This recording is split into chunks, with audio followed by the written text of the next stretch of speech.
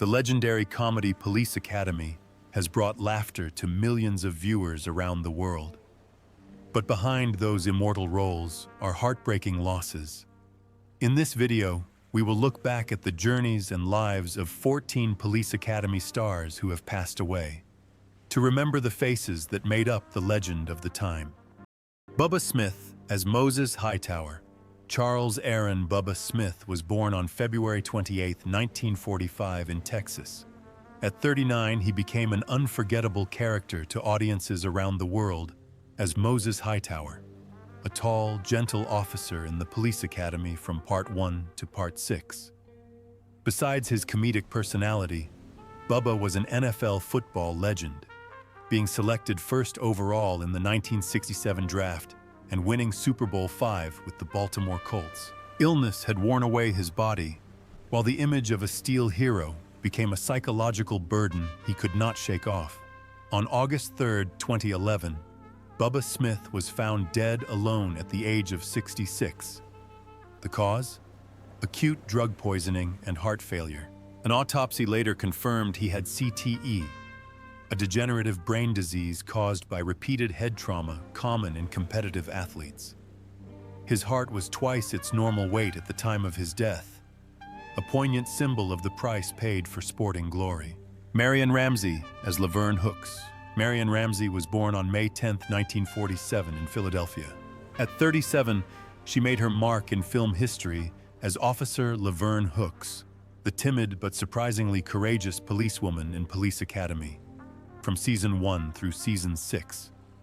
Her soft, high-pitched voice became iconic, making Hooks a character audiences would never forget.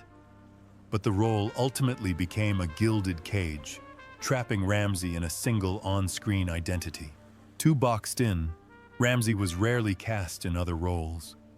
Hollywood couldn't look beyond her squeaky voice in Police Academy, ignoring the fact that she was also a talented stage actress, performing on Broadway and touring nationally in Hello, Dolly. Her personal life mirrored her professional disappointment. After a failed marriage, Marion withdrew from relationships altogether. Childless and without any family, she lived alone in her home in Los Angeles. In her final years, Marion's health rapidly declined. Although the specific cause of death was not released, she suffered a brief illness before passing away on January 7, 2021, at the age of 73. Close friend Nell Carter once revealed that Marion was a very private person, often hiding her pain behind a smile. Her estimated net worth at the time of her death was only about $500,000, a modest figure compared to the emotional impact she left on audiences. But the greatest tragedy was not material. It was being stuck in a role that was so successful that she never had the chance to truly see herself for who she was. George Gaines as Eric Lessard. George Gaines was born on May 16, 1917 in Helsinki, a Russian-born Dutch talent who served in the Royal Netherlands Navy during World War II. Before becoming a U.S. citizen, he was 67 when he captured the hearts of audiences around the world as Commander Eric Lessard, the bumbling but lovable commander of Police Academy throughout the 7 seasons. With his deep voice, innocent expressions, and humorous but meaningful antics, he became the soul of the series, an irreplaceable role. But behind his illustrious career and endearing personality was a life full of profound chapters. Gaines served in Sicily, Anzio, and the Adriatic, a history that Hollywood rarely mentions. He had a long and happy marriage to actress Alan Ann McCleary, but tragedy struck in 1989 when their son, Matthew, a former Olympic kayaker, died in a car accident in India. It was a loss that left a deep wound in Gaines, and many believe he became more withdrawn after that moment. In his later years, his health declined, his eyesight deteriorated, his memory faded. But he retained the charm and kindness that characterized both him and Commander Lessard. On February 15, 2016, George Gaines passed away at his daughter's home in North Bend, Washington, at the age of 98. He left behind an estimated $2 million estate, a modest home, and millions of smiles to share with audiences around the world. Joyce Gordon as Mrs. Thompson. Joyce Gordon, born March 25, 1929 in Des Moines, Iowa, is not only an actress, but also one of the most outstanding female pioneers in the history of American television. At age 49, she appeared as Mrs. Thompson in Police Academy, 1984, a small role that helped define the film's signature comedy. But in a career that spanned decades, the role was a quiet note on a long journey of groundbreaking, often unsung achievements. In the 1950s, Joyce Gordon became the first woman to narrate a live television commercial, an act that was almost unthinkable for a woman at the time. She was also the first female announcer at a nationally televised political convention, and the first woman to serve as president of the Screen Actors Guild, SAG local chapter, leading the New York chapter since 1966. Far from being known as the Lady in the Glasses, her affectionate media nickname, Joyce became the familiar voice behind countless automated telephone recordings that millions of Americans hear every day. From the number you have dialed is not in service. Please dial first the area code. She was also the English-language voice for European film legends such as Claudia Cardinale and Jean Moreau, including in Once Upon a Time in the West. On the radio, she voiced Cherry in Mark Trail and Barbara Miller in My Son Jeep. Gentle yet enduring, she was an integral part of American audiovisual culture for decades. Joyce's private life was simple and thoughtful. She spent more than 50 years with actor Bernard Grant and raised 2 children, but her final years were spent quietly and somewhat forgotten. She died on February 28, 2020, at the age of 90, not in 2008, as some reports have erroneously reported, and left behind a massive cultural legacy, although her estimated net worth is only around $500,000. Despite all that she pioneered, contributed, and created, what is perhaps most upsetting is that the world only remembers her for her small role in Police Academy, Beth Amos as the little old lady, Dar Robinson as Thug in Plaid. Dar Allen Robinson was born on March 26, 1947 in Los Angeles, growing up surrounded by trampolines, gymnastics mats, and a love of danger. At 37, he appeared in Police Academy in 1984 as a checkered-shirted thug, a small role that barely hinted at his immense legacy. With 19 world records and 21 firsts in death-defying stunts, Dar Robinson was more than just a stuntman. He was a living Hollywood legend until the day he died.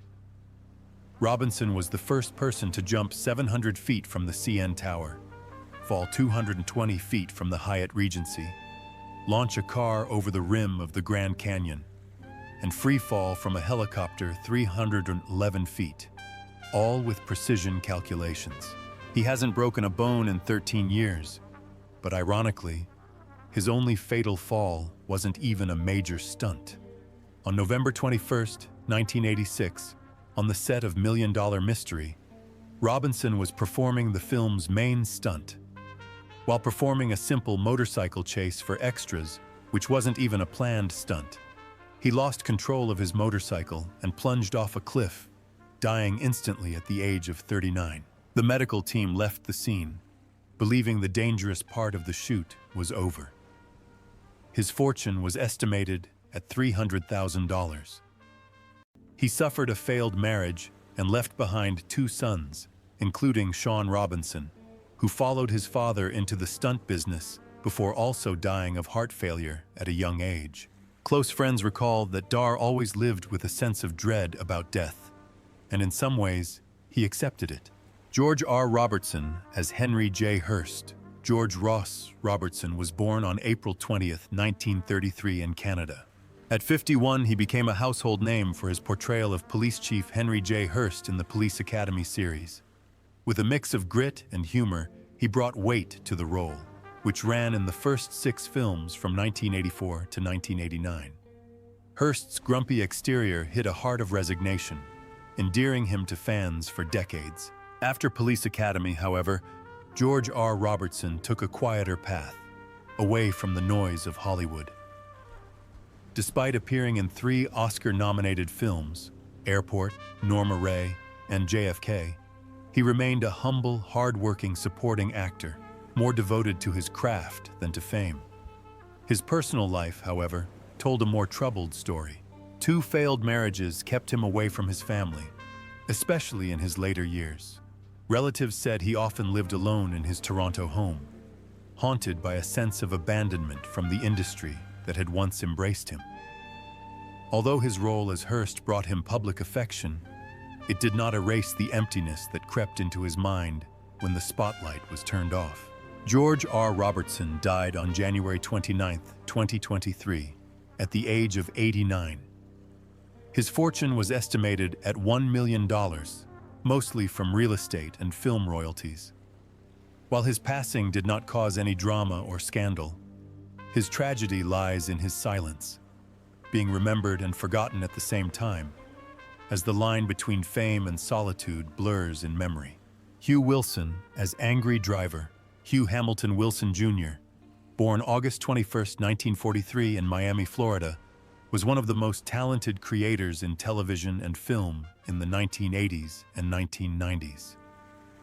At age 41, he not only directed, but also appeared briefly on screen as Angry Driver in Police Academy, 1984, a comedy that became a worldwide hit and launched a long-running series.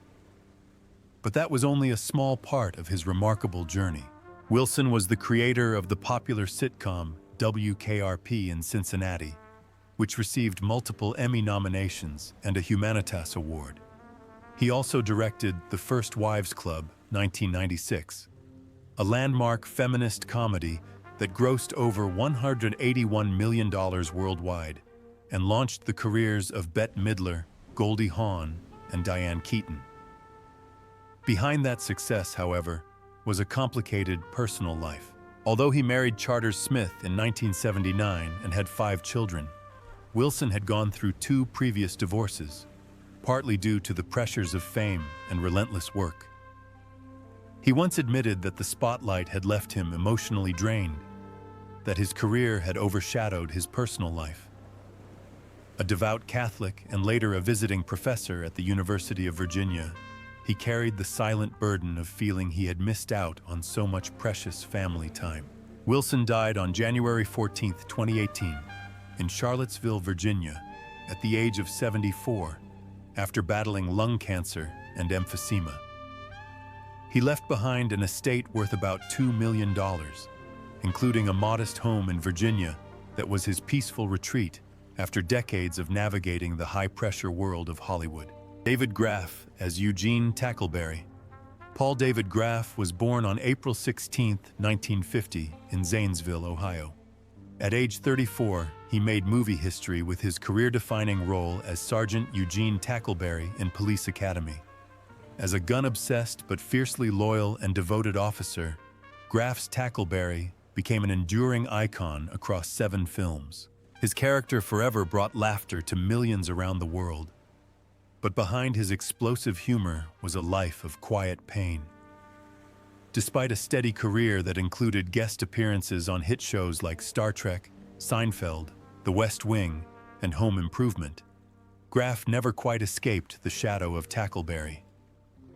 A familiar face on television, he struggled with a lingering sense of powerlessness, haunted by the belief that he would always be a supporting character, never a true star. Contrary to some misinformation, David Graff has only been married once, to actress Katharine Graff in 1983. They have 2 sons together, but the constant pressure of work and the relentless pace of work often left him stressed. As an active representative of the Screen Actors Guild, SAG, he has fought tirelessly for the rights of his fellow actors, but he seems to have neglected his own health. On April 7, 2001, just 9 days before his 51st birthday, David Graff died suddenly of a heart attack while attending his brother-in-law's wedding in Phoenix, Arizona. He left behind a wife, children, friends, and fans in mourning. He was buried in Forest Rose Cemetery in Ohio, the hometown where his childhood theatrical dreams had been nurtured. Theodore Ross Roberts was born on June 30th, 1934 in Zanesville, Ohio. At the age of 50, he appeared in Police Academy in 1984 as Captain Reed. Although Ross's screen credits were brief, he was already a highly regarded actor, winning a Tony Award for his role as Lion in The Wiz, a role he reprised in the film version alongside Michael Jackson and Diana Ross. However, despite his stage success and powerful presence, his film career never took off as many had hoped. Raised by a nightclub singer mother, Ross was drawn to the spotlight of the West 5th Street nightclub scene at an early age. After completing his military service, he traveled across the United States singing, eventually landing in Los Angeles, where a small role opened the door to Broadway. With his powerful voice, charismatic stage presence, and undeniable charisma, Ross was often relegated to supporting roles, even when sharing the screen with legends like Richard Pryor and James Earl Jones. His personal life was equally tumultuous. A failed marriage left him withdrawn and emotionally distant. Friends spoke of the lavish parties he threw, but behind the excitement was a lonely soul who yearned for deeper recognition. In 1997, he returned to Dayton and opened a jazz club called Your Place, where he occasionally performed. In 1998, he suffered a stroke from which he never fully recovered. Ted Ross died on September 3, 2002, at Good Samaritan Hospital at the age of 68. His estate, estimated at $1 million, consisted largely of a small house in Dayton, where he quietly closed out a life once considered a star, but haunted by untapped potential. Deborah Lee Scott as Violet Fackler. Deborah Lee Scott was born on April 2, 1953, in Elizabeth, New Jersey. At the age of 31, she appeared in the 1984 film Police Academy as Violet Fackler, the fiery, eccentric wife of Douglas Fackler. Although it was a supporting role, the role made her a household name during the golden age of American sitcoms. Off-screen, however, Scott's life was filled with hidden wounds. After early success in Mary Hartman, Welcome Back, Cotter and Angie, she gradually gave up acting and worked as a talent agent in New York. Tragedy continued to strike.